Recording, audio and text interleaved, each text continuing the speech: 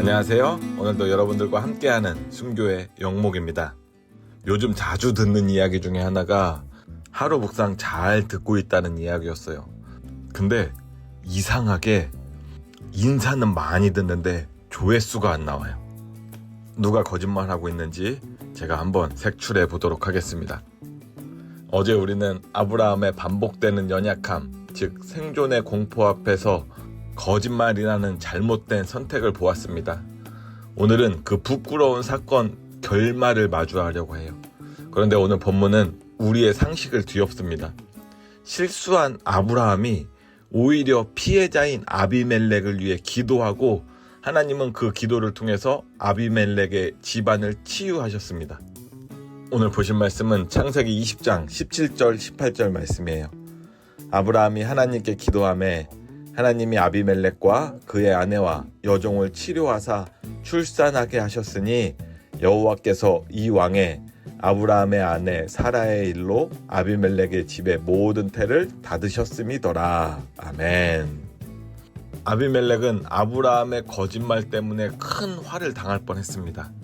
거짓말한 건 아브라함이었지만 아비멜렉의 집안의 태를 하나님이 닫으셨어요. 아비멜렉으로선 참 억울한 상황이었겠죠. 하지만 결국에는 이 모든 일을 통하여 하나님의 약속이 성취되는 과정을 보여주고 있습니다. 이 과정에서 가해자인 아브라함이 손을 들어서 아비멜렉을 위해 기도합니다. 그리고 하나님은 그 허물 많은 자의 기도를 들으시고 아비멜렉의 집안을 치유해 주십니다. 여러분, 오늘 이 말씀은요, 기도의 응답이 기도의 주체인 아브라함의 도덕적인 우월함에 있지 아니하고 오직 하나님의 언약적 신실함에 있음을 보여주는 장면입니다. 아브라함이 하나님께 기도하매 라고 할 때 쓰인 히브리어는 팔랄이라는 말이에요. 이 단어는 단순히 무언가를 요구하는 것을 넘어서 중재하다, 사이에 서서 판단을 구하다 라는 뜻을 품고 있는 단어예요. 사무엘이 나중에 이스라엘 백성들 앞에서 이런 이야기를 합니다. 나는 너희를 위하여 기도, 팔랄하기를 쉬는 죄를 범하지 않겠다라고 고백합니다.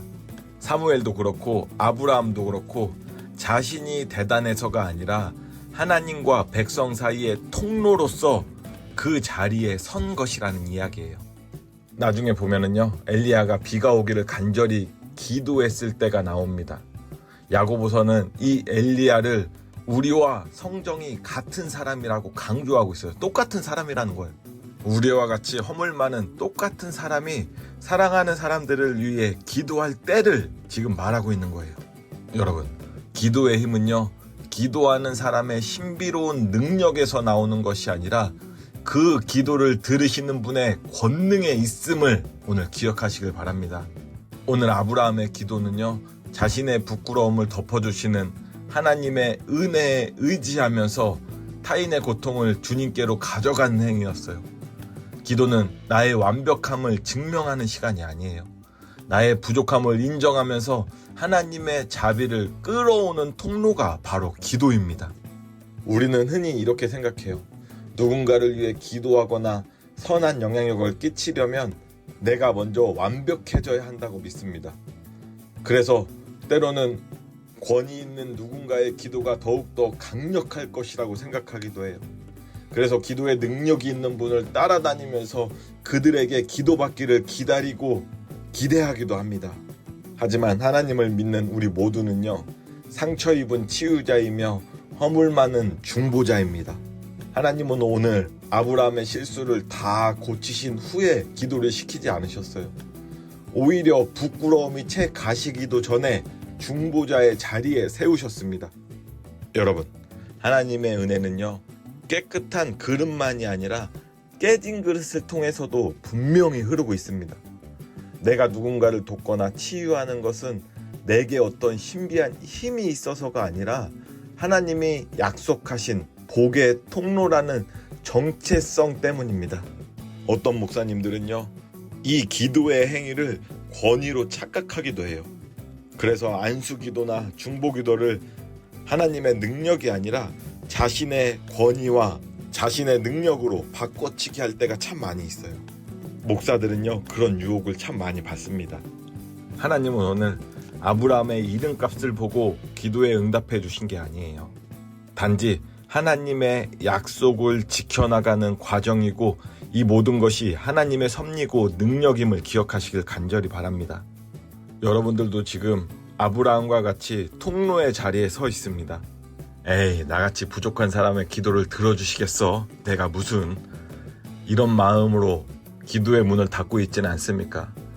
나의 부족함 때문에 주눅들기보다 오히려 그 연약함을 가지고 타인을 섬기는 자리로 나아가 보시길 바랍니다. 내가 잘못을 저지른 사람에게 진심 어린 사과를 건네는 것, 또 동시에 그의 잘됨을 위해 마음으로 빌어주는 것, 그것이 바로 아브라함이 보여준 팔날 기도의 영성입니다. 누가 대신 해주는 게 아니에요. 내가 완벽해서도 아니에요. 우리를 통해 평화를 이루려고 하시는 하나님의 고집스러운 사랑을 믿고 오늘 한 걸음 더 나아갈 수 있는 우리 성도님들 되시길 간절히 바랍니다. 우리 함께 이 말씀 가지고 기도하시겠습니다. 긍휼의 하나님, 나의 허물과 반복되는 실수 때문에 주님의 도구로 쓰임받기에 자격이 없다고 스스로를 정죄했던 우리들의 마음을 내려놓습니다. 기도의 능력이 내게 있지 않고 오직 언약을 지키시는 하나님께 있음을 고백하오니 오늘 우리들의 작은 신음에도 응답하여 주시옵소서.